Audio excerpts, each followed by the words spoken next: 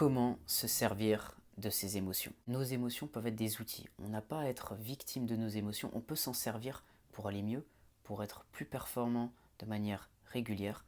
Dans cette vidéo, j'aimerais te donner plusieurs moyens de mieux gérer tes émotions, de t'en servir. Si tu veux améliorer ton mental pour être plus performant, tu peux t'abonner à cette chaîne et activer la petite clochette pour ne rien louper. Donc ce que je voulais te partager comme premier élément, c'est déjà de cultiver plusieurs émotions. Plusieurs émotions positives qui te permettront d'être plus performant au quotidien. Par exemple, la reconnaissance, ça peut être une émotion que tu peux apprécier, que tu peux cultiver pour te sentir mieux, pour être dans un meilleur état d'esprit.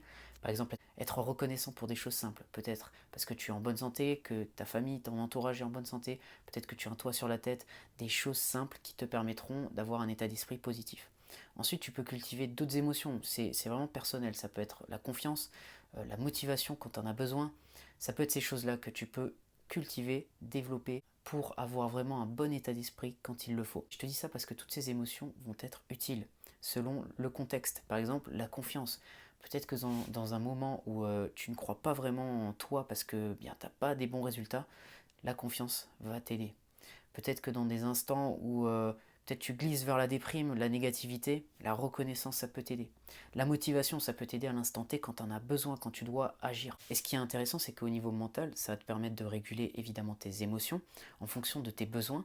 Par exemple, si tu es dans une phase où, comme je te disais, tu es un peu dans le creux et tu dois vraiment repartir avec de l'énergie, la motivation, ça va t'aider.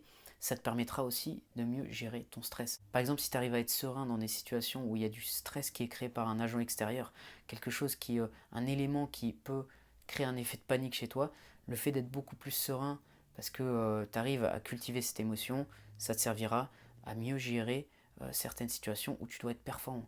Si tu prends un athlète de haut niveau avant une compétition, il va apprendre à mieux gérer ses émotions, cet aspect sérénité, il va être capable, en fonction du contexte, de savoir se réguler beaucoup plus facilement.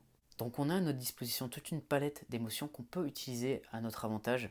Et c'est pour ça que je t'encourage à vraiment les développer, parce qu'en fonction de ce que tu vas avoir comme état d'esprit, tu vas vraiment booster tes performances, tu vas avoir vraiment un impact positif sur tes actions.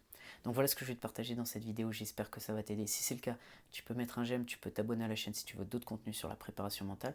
Et si tu veux faire une préparation mentale personnalisée, on va voir comment atteindre les meilleurs états mentaux pour que tu sois performant au quotidien. Tu peux me contacter, il y a mon email dans la description. Je te dis à bientôt pour une prochaine vidéo.